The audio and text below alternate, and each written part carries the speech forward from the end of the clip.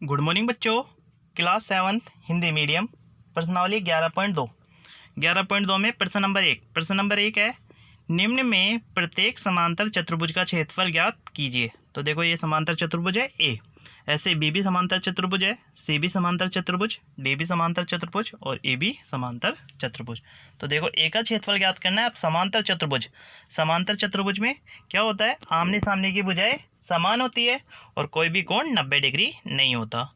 तो देखो समांतर चतुर्भुज का क्षेत्रफल होता है आधार गुना ऊंचाई। आधार तो नीचे वाली भुजा, आधार है ए का 7 सेंटीमीटर, ऐसे ही ऊंचाई कितनी हो गई 4 सेंटीमीटर। तो देखो ए का क्षेत्रफल ज्ञात करते हैं। सबसे पहले लिखते हैं, हम जानते हैं कि समांतर चतुर्भुज का क्षेत्रफल बराबर आधार गुना ऊंचाई, इसलिए एकाल यहाँ आधार बराबर 7 सेंटीमीटर, ऊंचाई बराबर 4 सेंटीमीटर, इसलिए समांतर चतुर्भुज का क्षेत्रफल हो गया बराबर में 7 गुणा 4, 7 चौक 28, 28 सेंटीमीटर स्क्वायर। ऐसे देखो आकृति भी। अब दूसरे के लिए समांतर चतुर्भुज का क्षेत्रफल ज्ञात करते हैं। तो इसमें आधार कितना हो गया 5, ऊंचाई 3। तो बी का हल लिखते हैं। देखो बी के लिए यहाँ आधार बराबर 5 सेंटीमीटर और ऊंचाई बराबर 3 सेंटीमीटर, इसलिए समांतर चतुर्भुज का क्षेत्रफल बराबर 5 गुणा 3, 5 दिया 15, 15 सेंटीमीटर स्क्वायर।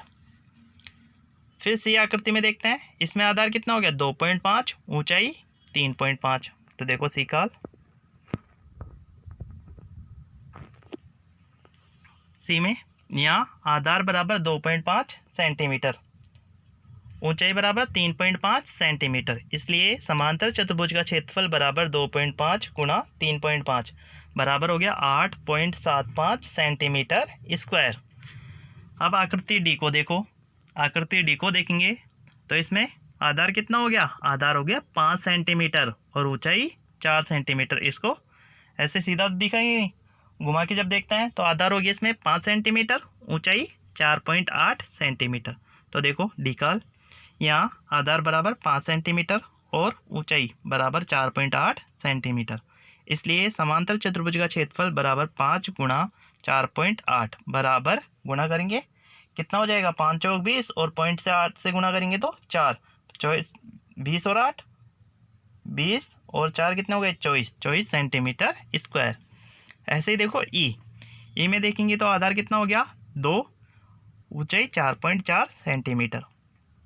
ई का लिखते हैं, यहाँ आधार बराबर 2 सेंटीमीटर और ऊंचाई बराबर 4.4 सेंटीमीटर, इसलिए समांतर चतुर्भुज का क्षेत्रफल बराबर 2 गुणा 4.4 गुणा करेंगे 8.8 सेंटीमीटर स्क्वायर आएगा। तो आंसर हो गया 8.8 सेंटीमीटर स्क्वायर। प्रश्न नंबर 2। अब देखो प्रश्न नंबर 2 है, निम्न में प्रत्येक त्रिभुज का क्षेत्रफल ज्ञात कीजिए। अब प्रत्येक त्रिभुज का क्षेत्रफल ज्ञात करना है। त्रिभुज होती है 3 भुजाओं से घिरी हुई बंद आकृति। त्रिभुज का क्षेत्रफल क्या होता है 1/2 गुणा आधार गुणा ऊंचाई। तो देखो त्रिभुज का क्षेत्रफल ज्ञात करते हैं। पहले ही आकृति है ए त्रिभुज, इसमें आधार कितना हो गया 4 सेंटीमीटर, ऊंचाई 3 सेंटीमीटर। तो देखो एक हल लिखते हैं, हम जानते हैं कि त्रिभुज का क्षेत्रफल बराबर 1/2 गुणा आधार गुणा ऊंचाई। आकृति ए में आधार कितना हो गया 4 सेंटीमीटर, ऊंचाई 3 सेंटीमीटर, इसलिए त्रिभुज का क्षेत्रफल 1/2 गुणा 4 गुणा 3, 4 3 12, 12 में 2 का भाग दिए 6 सेंटीमीटर स्क्वायर। ऐसे आकृति बी में देखो कि आधार कितना हो गया 5 सेंटीमीटर, ऊंचाई 3.2 सेंटीमीटर। तो देखो बी का लिखते हैं, यहाँ आधार बराबर 5 सेंटीमीटर, ऊंचाई बराबर 3.2 सेंटीमीटर, इसलिए त्रिभुज का क्षेत्रफल बराबर 1/2 गुणा 5 गुणा 3.2 बराबर। हल करेंगे, हल करने पे कितना आ जाएगा 8 सेंटीमीटर। तो आंसर हो गया 8 सेंटीमीटर स्क्वायर। सी, अब त्रिभुज सी में देखो आधार कितना है 3 सेंटीमीटर, ऊंचाई 4 सेंटीमीटर। तो सी का हल। ऐसे ही डी में अगर देखेंगे तो डी में आधार कितना है 3 सेंटीमीटर, ऊंचाई 2 सेंटीमीटर। तो देखो सी का हल देखते हैं।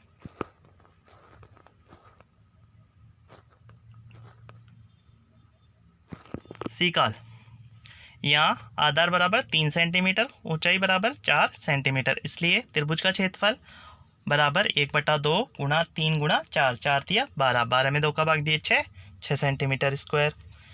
डी का यहाँ आधार बराबर 3 सेंटीमीटर, ऊंचाई बराबर 2 सेंटीमीटर, इसलिए त्रिभुज का क्षेत्रफल बराबर 1/2 गुणा 3 गुणा 2, 2 से 2 घट गया, कितना है 3 सेंटीमीटर स्क्वायर आंसर। फिर देखो प्रश्न नंबर 3। अब प्रश्न नंबर 3 है रिक्त स्थानों के मान ज्ञात कीजिए। जैसे देखो इसमें क्या दिया हुआ है, आधार दिया हुआ है, ऊंचाई दी हुई है और समांतर चतुर्भुज का क्षेत्रफल दिया हुआ है। तो इनमें से एक चीज़ निकालनी है। जैसे ए में तो आपको ऊंचाई ज्ञात करनी है, बी में आपको आधार ज्ञात करना है, सी में भी आधार और डी में भी ऊंचाई। तो देखो लिखते हैं, हम जानते हैं कि समांतर चतुर्भुज का क्षेत्रफल बराबर आधार गुणा ऊंचाई, आधार गुणा ऊंचाई होता है समांतर चतुर्भुज का क्षेत्रफल। अब चारों में क्या है, आपको क्षेत्रफल दिया हुआ है, 2 में तो ऊंचाई पूछी और 2 में आधार पूछा है। तो देखो एक हल लिखते हैं, यहाँ आधार बराबर 20 सेंटीमीटर और क्षेत्रफल बराबर 246 सेंटीमीटर स्क्वायर, इसलिए समांतर चतुर्भुज का क्षेत्रफल बराबर आधार गुणा ऊंचाई। मान रखेंगे 246 बराबर 20 गुणा ऊंचाई, ऊंचाई बराबर कितना हो गया, ऊंचाई बराबर 246/20, बराबर आंसर आएगा 12.3 सेंटीमीटर। फिर देखो बी में आधार निकालना है, ऊंचाई दी हुई है 15 सेंटीमीटर और क्षेत्रफल दिया हुआ है 154.5 सेंटीमीटर स्क्वायर। तो बी का लिखते हैं, यहाँ ऊंचाई बराबर 15 सेंटीमीटर और क्षेत्रफल बराबर 154.5 सेंटीमीटर स्क्वायर, इसलिए समांतर चतुर्भुज का क्षेत्रफल बराबर आधार गुणा ऊंचाई। मान रखेंगे 154.5 बराबर आधार गुणा 15, आधार बराबर हो गया 154.5/15, भाग देंगे तो कितना आ जाएगा 10.3, तो आंसर आ गया 10.3 सेंटीमीटर। ऐसे देखो सी में आपको दिया हुआ है ऊंचाई और क्षेत्रफल, आधार ज्ञात करना है। तो सी का देखते हैं, यहाँ ऊंचाई बराबर 8.4 सेंटीमीटर, क्षेत्रफल बराबर 48.72 सेंटीमीटर स्क्वायर, इसलिए समांतर चतुर्भुज का क्षेत्रफल बराबर आधार गुणा ऊंचाई। मान रखेंगे 48.72 बराबर आधार गुणा 8.4, आधार बराबर हो गया 48.72/8.4, 8.4 का अगर इसमें भाग देंगे कितना आ जाएगा 5.8 सेंटीमीटर। ऐसे देखो डी में आधार दिया हुआ है, ऊंचाई पूछी है और क्षेत्रफल दिया हुआ है, तो डी को ज्ञात करते हैं। आप देखो लिखते हैं, यहाँ आधार बराबर 15.6 सेंटीमीटर और क्षेत्रफल बराबर 16.38 सेंटीमीटर स्क्वायर, इसलिए समांतर चतुर्भुज का क्षेत्रफल बराबर हो गया आधार गुणा ऊंचाई। मान रखे 16.38 बराबर 15.6 गुणा ऊंचाई, ऊंचाई बराबर हो गई 16.38/15.6, 16.38 में अगर 15.6 का भाग देंगे बराबर में आ जाएगा 1.05 सेंटीमीटर, ऊंचाई 1.05 सेंटीमीटर हो गई। तो अब इस सारणी को पूरा करते हैं। देखो जो भी मान ज्ञात करें वो लिख देंगे। तो लिखते हैं क्रम संख्या आधार ऊंचाई समांतर चतुर्भुज का क्षेत्रफल। देखो आधार 20 सेंटीमीटर दिया हुआ था, ऊंचाई हो गई 12.3 सेंटीमीटर, क्षेत्रफल दिया हुआ था।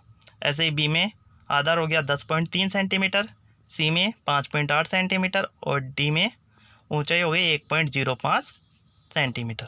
तो ठीक है बच्चों, प्रश्न नंबर 1, 2, 3 आपको अपनी फेयर कॉपी में करने हैं, प्रश्न नंबर 4 हम कल करेंगे।